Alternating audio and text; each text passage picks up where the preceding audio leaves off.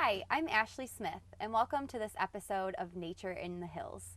Today we have Trish Hacker-Hennig with us from American Roots to talk to us a little bit about native plants.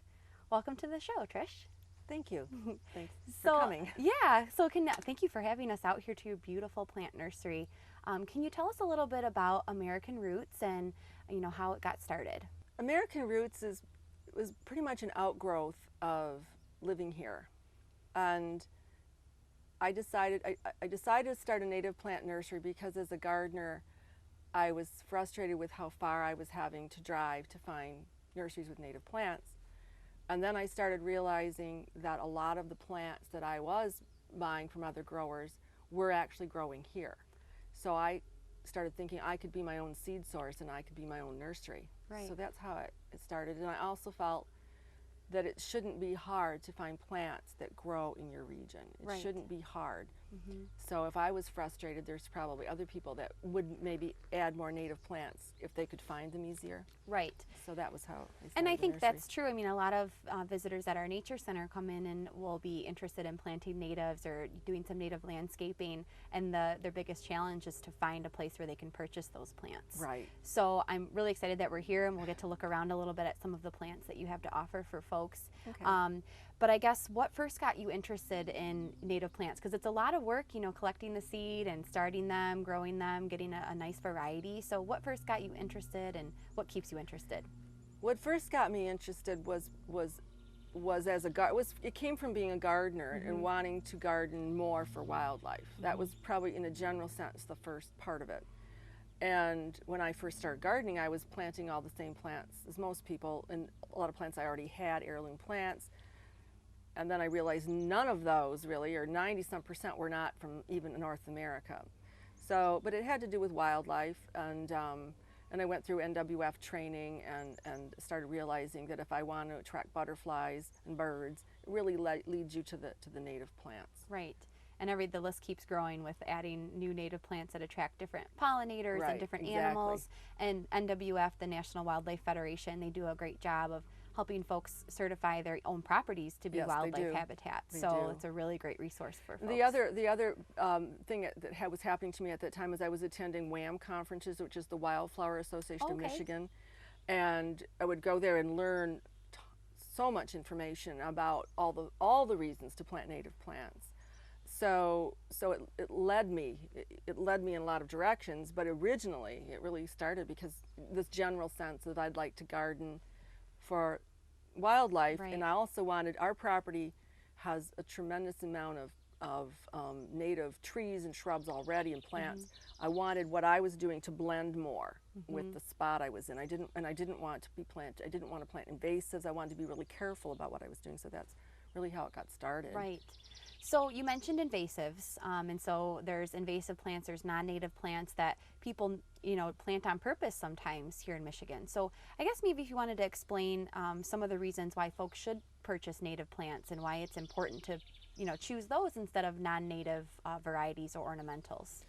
I think the main reason to choose natives is the functions that they perform, the ecosystem functions that they perform differently than non-natives. Right. You can choose natives that have all varying heights and flower with different colors, or you can plant grasses or shrubs or trees just like you can non-native. But the native species almost always outperform the non-native in an ecosystem way, whether it be their deep roots for stormwater control or purification, or their flowers for nectaring and pollinators, or their leaves for Mm-hmm. butterfly larvae for caterpillars to eat. Mm-hmm. Almost always, hands down, the natives will outperform the non-natives because they evolved here. Yeah, they're adapted to be here. And Mm-hmm. and so it's functionality that really that is the main one of the main reasons, I right. believe. Right. If you want a yard that has function going on, not just pretty for a little while. Right. Or a Um, yard that you don't have to water every day. Right, A lot of right. folks are spending so much on watering their lawns, and there's water shortages because they're trying to, make these non-native plants grow that Right, won't grow right, naturally right. here. So that's another Exactly. great reason too, just to Exactly. save money on, your lawn care. And then one of the other reasons that I think gets missed sometimes is it connects you to your place. Mm-hmm. You know, we know so much about the non-native plants that we even, when we learn a native, this happened a few years ago, I showed someone a hepatica, which is one of our woodland, beautiful little plant, Right. blooms early, and they said it looked like an African violet, which means we know what a plant from Africa looks like, and we don't know what our North American Right. hepatica looks like.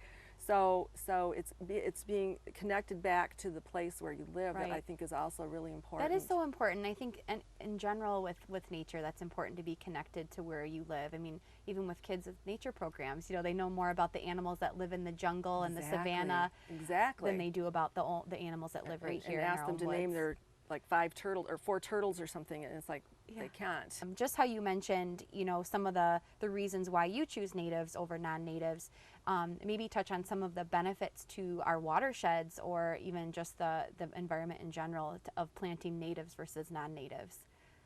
Well, natives do a wonderful job planted in bioswales or rain gardens. They do a tremendous job cleaning water, slowing Right. it down, cooling it off, allowing it to percolate through the soil like it's supposed to, and making its way to whatever body of water slower and the way it was intended. On top of, and that's the roots that are doing that. The roots penetrate the ground, and they're able to soak up water then And when they it go comes. much deeper too Oh, than they're than really non-natives. deep, sometimes 15 feet in some of the prairie species. Right. And on top of that, then whatever's going on above the ground is wonderful. Whether it's grasses or flowering plants, there's all this activity up above. Right. So they just do a better job. They do Right. a terrific job And of I think filtering too, water. they add to the biodiversity. You know, you see an area where you have a lot of native wildflowers growing, and you can count many species of bees and Oh, yeah, butterflies and other absolutely. pollinators. I mean, there's and- studies been done at Michigan State on the beneficial insect aspect of native plants, and they've compared lists of all these plants and find that hands down the native species attract more beneficial insects and pollinators than Right. the non-native. Right. And it's just pretty It's a huge clear. difference. And I think too, folks, especially in our area that might be planning out their landscapes to help out the Rouge watershed, you know, one of the things that folks do that have a lot of non-natives is they use a lot of fertilizer and pesticides. Oh, and then that rolls down into the water. Right, goes right into the watershed. Right. So by planting natives, you know, you're using a lot less of the, and maybe in some cases Maybe not at none. all. And actually, most of the native plants don't really like to be fertilized. And if you do fertilize them, then they get really tall and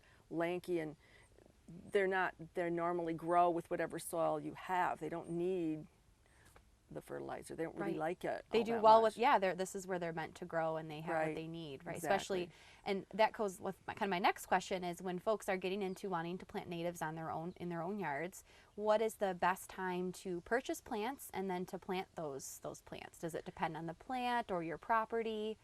I think it depends somewhat on the plant. Generally, the best times are like late spring Okay. into early summer, and then late summer into the fall. The heat of the summer isn't always the most ideal time to plant Right. natives or non-natives for that matter. But there's quite a few natives that are pretty forgiving if you get them in the ground and water them in the beginning, you know. But most people come in spring and then again in the fall. That's kind of the cycle. So, is there, if folks are wanting to purchase plants from you here at American Roots, are there times when you are really busy and folks should come at different times of the day or on weekends? Well, or right how does now that my work? hours are just Saturdays in May and June. Okay. And then I'm closed right now on Saturdays. And then I open again in the middle of August and in through September. But then other people make appointments, so it's always by appointment. Okay. Because there's times when landscapers will come, they'll have an order they'll fill, or even if people know already what they want, they come. But to be open just generally, this year has been my busiest season, and wow. Saturdays this year it's busy here. Wow, that's good. So so there's no really best or worst time. It has to do a lot of times. Well, when is the plant ready? Because native plant growers, you know, you're germinating plants all the time, but definitely in the spring, most people come here for the woodland species. The plants that go into a woodland are at their peak in spring, so everybody's excited about seeing them then. You know, that's usually when I sell out of my woodland species. Toward the end of the summer is when people start wanting more of the prairie species. However, I'd have to say this, there's one category of plants right now that are in higher demand than ever, and that's the the larval host plants, the butterfly and moth larval host plants is huge right now. People are coming with lists of plants that they want to buy that they know will be eaten. Wow. Which is a huge, cool thing. That is awesome. Because it's shifting from keep yes. those pests out of yes, my garden, off and my leaves, to I want them to come. Right. So butterfly gardening, and that's true for the nectaring plants too. But there are times you can find non-native things that have flowers for nectaring. But for the larval host plants, it's almost always a native plant. And so those plants, milkweeds have been selling a lot this year, all kinds of milkweeds. Pussy toes is a plant that feeds the American lady butterfly. I get high demand for that plant, believe it or not, because people are butterfly gardening.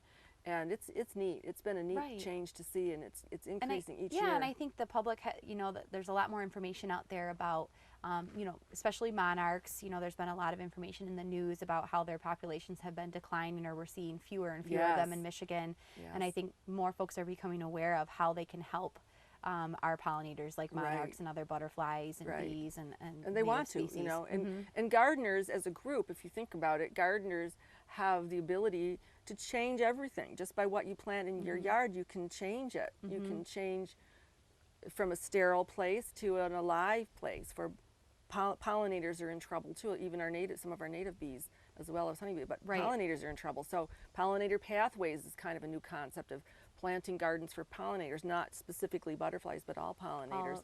And it's very cool to see. It's really neat. Right. I think that's a great movement that's happening. People just planting for native species to come in and get to see all the visiting your flowers and everything. Yes. So I guess one of the big questions too that folks have, especially when they visit us at the Nature Center, is how expensive is this going to be? Is it more expensive to purchase native plants? Is that why maybe folks don't do it as much, or is it? No, it's actually the opposite. I believe my plants are priced lower than most nurseries, and it doesn't matter what native plant. We have a good group of native plant growers here in the state, and if you go to any of their nurseries, you're going to find that their plants are almost always cheaper than buying the non-native. Right. So I don't think it's that keeps people from buying native. I think it's not being familiar with the plants, and then not knowing where to find them. Right. And if you're used to daylilies and hostas and the non-native species, and I don't think they're bad plants, I have them here, but they don't do the same functions as the natives. And if you are seeking natives, you have to do some searching, and maybe have to drive a ways. Do a little bit of work. You're not going to find them usually. And there's some exceptions to that, but usually you don't find them at your major nurseries. Right, and you will maybe find a few species, for example, different milkweeds that you might find. Some of the Joe Pies. And there's plants you can find. Flowers. Right. But I think one of the things that a question I was excited to ask you is about the Oakland County genotype and how you specialize in that here at American Roots. And if you kind of explain to people what that is, because that's a big question that folks have is, what does that mean, a genotype? Genotype in general is a concept that we don't think about a whole lot when we're buying at a traditional nursery. I kind of specialize in Oakland County genotype just because, again, my nursery became an outgrowth of this place. It was me realizing, oh my gosh, these plants are here, or they're within a mile of here, or they're my brother's place, and it was like this discovery. It was amazing for me to realize, oh my God, there's that plant too. Right. And so I decided to start collecting seed here for here. I'm going to grow plants here from plants that are here. The other reason I did that was because most of the other growers weren't here. There are other parts of the state, and I thought, well, if we're going to collaborate and have certain gene pools provided for statewide at some point in time, to have them from different parts of the state is probably important.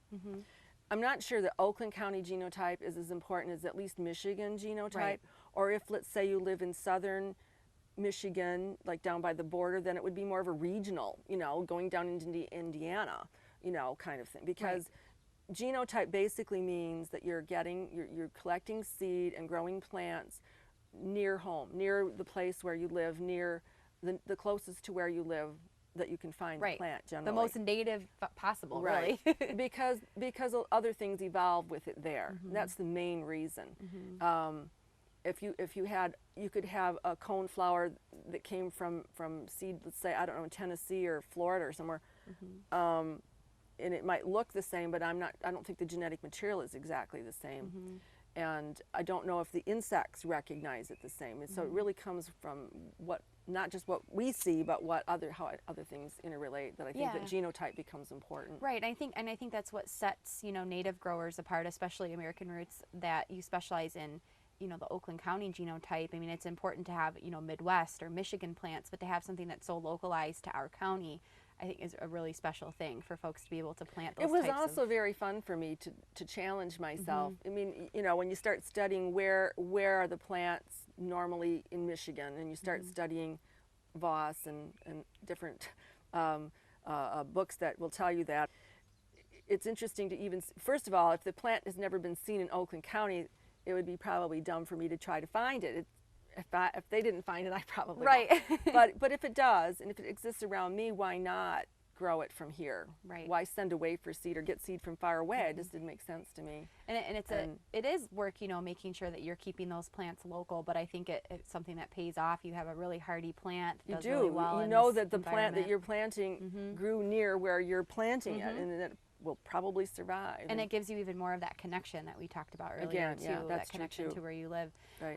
And I think, you know, I saw here that you also offer consultation services for folks and design services, and you mentioned earlier that you have taught classes and to, you know, let folks know about pollinators and how to plant. So what is some, you know, advice that you give folks for wanting to start native landscaping in their own yards? Maybe some tips or things that you kind of tell folks when they visit here. I think that the first thing to think about is probably knowing your property, and it gets back to the right plant, right place. And I try to make people think about, and it's very, very simplistic, but ecosystems. Is it woodland, prairie, or wetland? And that, like I said, that's very simplistic, but at least know, is where I'm planting this sandy and dry and sunny? Is it obviously under trees and in a woodland? And there can be different kinds of woodland. There can be dry and wet. Or is it a wetland type of a place? And then that starts to guide you into what plants to choose. So it gets back to right plant, right place. If you have a sandy, dry type of soil, plant the plants that like it sandy and dry. Don't try to fight that. If you have clay, plant the plants that love clay. And that's my main advice. So just know, and then know, of course, where there's sun and where there's shade. But that kind of soil knowledge and sun and shade knowledge is pretty basic. Right. But it's really important with natives, because it just will give you so much more success. So you think then maybe some advice for folks that were coming out here for their first visit out here to American Roots, maybe some things they should do before they come is evaluate your site. So sun or shade, you know, kind of evaluate your soil. If you have sandy, well-drained soils, or if you have clay. Right, exactly. Just kind of that basic information before they come. And then when they visit here, is that something you kind of help them, guide them with choosing the plants? Well, the nursery is set up that way. I have the shady plants in one zone, and then I have all the sunny plants in the sunny area, and then I have wetland plants and rain garden type plants over in another. So I know you mentioned a few plants that you have organized here at the site. So maybe let's take a little walking tour and check out some of the plants that you have here. Okay.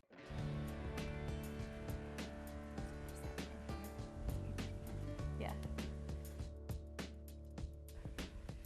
So Trish, now we are in the native plant nursery here at American Roots, and I know you mentioned that you have things organized kind of by habitat or where they grow. So can you kind of explain to us how you have things organized here in your nursery? Because I know it makes it really easy for folks to choose their plants. Yes, it makes it easier for finding the plants, but it also allows the plants to grow most of the time how they normally would grow. So I have one section where the plants that are for woodlands and shade stay, and then back this section behind us are plants that tend to like it moister, or maybe in rain garden kind of plants. And then a section where plants are more prairie type plants and need more sun.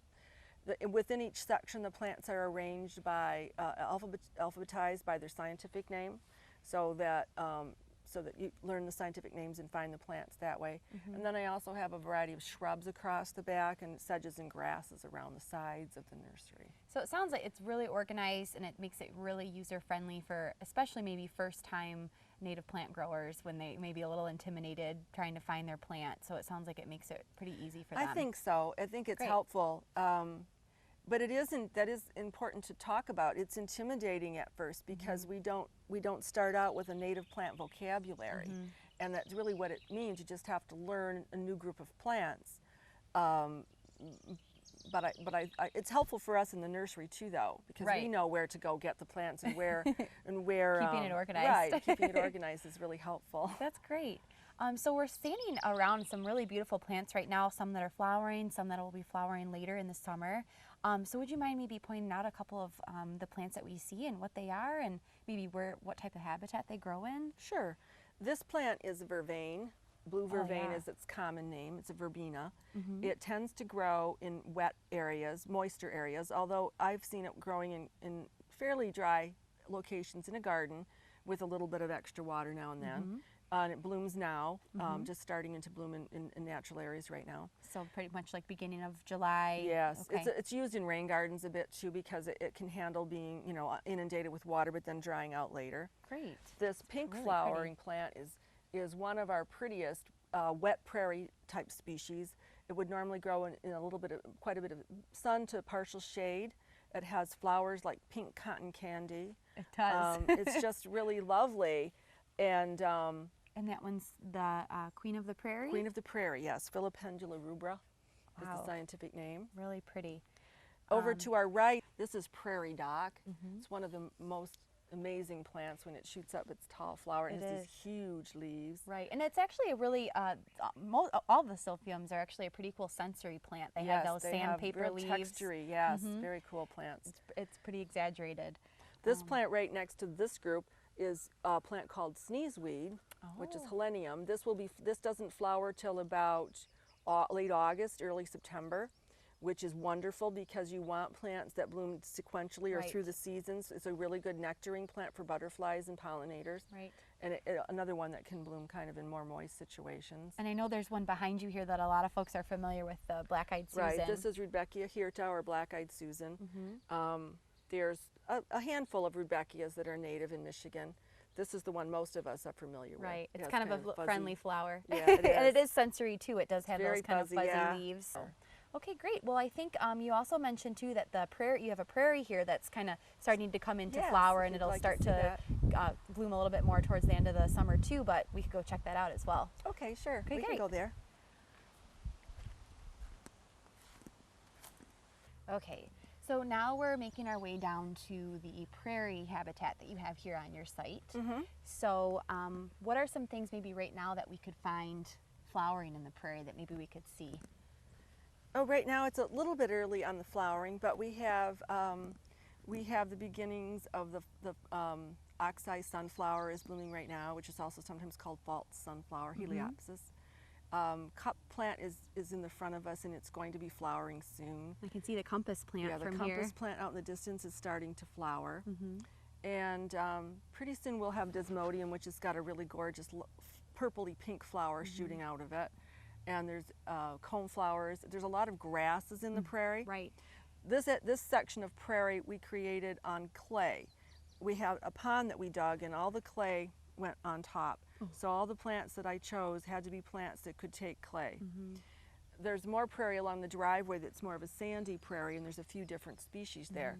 But prairie is a very dynamic sort of little ecosystem. If you have a place for it, a little meadow or a prairie is wonderful. It's There's always so much changing throughout the season Yes, too. and there's so much activity. There's bees and butterflies and birds always in the prairie. I love it. Right. That's actually my favorite habitat too.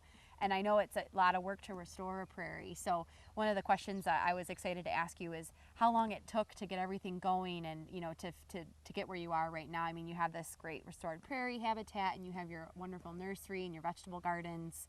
So I mean, how long did all that take to get where you are? Well, we built the house in '94, and we started creating gardens then. Main like flower gardens around the house and the vegetable garden, because we like to feed ourselves.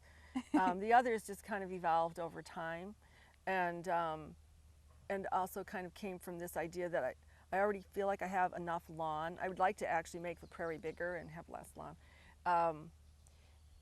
The prairie itself probably took 3 years before it was really starting to look great. The first year it had annual cover and it looked good. The second year looked really scruffy. There's a scruffy stage I think you have to live through. That's good to know. By the third, yeah, but you have to keep heart, you know. And I did most of it from seed and then added plugs. By the third year, though, it really started looking wonderful. And each year now, more and more plants are mature. And boy, it's just a wonderful, it's wonderful. I don't know how to, it's just, I love it. I do too. I definitely agree. And do you do a lot of seed collecting then in your prairie here for the plants that you? I do. Any of the plants that I planted here came originally from Michigan Genotype, and I'm committed to Michigan Genotype growing. So I can collect seed from these and use them, you know, to grow plants here. Oh, yeah, that's wonderful. That's wonderful. So, including your prairie here, how many different gardens would you say you have at the site? Oh boy. There's garden beds here that are primarily non-native, and then more and more a lot of mixtures, where I've added natives and taken away non-natives, or maybe left some of the non-natives, but I keep adding kind the of natives. a slow, gradual process of. But I don't even know how to. A lot, maybe 10. So, there's a garden down by the kids' playhouse. There's plantings everywhere. So I know, and a lot of you can plantings, tell here, even just looking at the prairie, kind of how it flows into another habitat where you have more milkweed or more of and trees and shrubs here up by the house, right? So we kind of discussed earlier that a lot of your gardens kind of just flow into each other and kind of, you know, flow in and out of different, you know, kind of mini habitats. Right, it does that. It does do that. So I think that's important for people to know too, is that sometimes when, you know, they want to landscape in their yards, they might kind of make little islands of, you know, where they're going to put their flowers. Right. And so it's interesting to see how you have it here where everything just kind of flows together, and I think that's what it's people helpful. should aim for. Corridors are really important, and creating a lot of edge on your property is helpful if you're trying to attract wildlife. But I really believe that utilizing as many natives as you can in as many ways as you can is really helpful for you'll enjoy it, and the wildlife will enjoy it, and I think it might be refreshing for folks too to know that you do have some non-natives here, and it's okay to, you know, if you have that one plant that you just love, and as long as it's not taking over an invasive, it's okay to have maybe a non-native here or there. Oh, I think so too, and I don't think it's realistic to think that we're going to rip out our gardens and only plant native. Most of us have sentimental connections to a plant. Maybe it's a lilac and it's a piece that came from your grandmother's yard or something, or a peony. And what's interesting is to see how sometimes natives will just do their thing. Like this is common milkweed, and it's just grown all the way around this peachy colored daylily here. Daylilies are not native, and yet together they actually look wonderful. The colors, you know. That's and a great I didn't example. do that. They just did that on their own. Yeah, that's a great example. So it just, yeah, don't be afraid of it. You know, you can let it happen, Right. and add those natives because you'll love it. That's how I feel. Wonderful. Well, let's maybe go take a closer look at the prairie down here. Okay, we can do that. Great.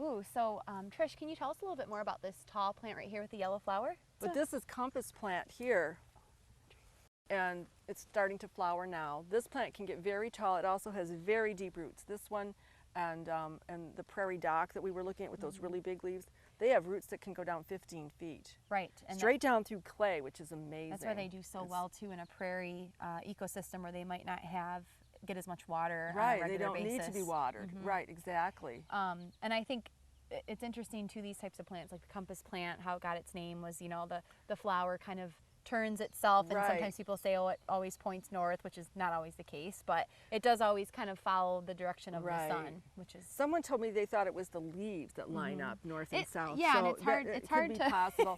But hard it to is, verify. It's just this incredibly, it's the really leaf cool. of this plant is so gorgeous, big and serrated, and I don't know, and then like really rough plants. and sensory too. Learning these plants, learning about these plants, and knowing that they're Michigan plants is just amazing. Right. So thank you again so much, Trish, for having us here at American Roots at your nursery and showing us around and showing us these great plants and all the hard work you've been doing out here. Maybe before we go, what is maybe one lesson that you want to share with folks that are just getting started, trying to bring natives into their own yard? Well, probably would be to start small and just, you know, learn a couple natives at a time, add a couple, enjoy them, then, you know, start transitioning. You could take a few of the non-natives away that maybe you don't have sentimental, you know, attachment to, and add more natives over time. Okay. But starting small, probably. Wonderful. You don't have to be overwhelmed by it. Right. Yeah, Take your time. Right, sure. So thank you again so much, and thank you for watching this episode of Nature in the Hills. To get more information about native plants and how you can include them in your own yard, visit the Nature Center.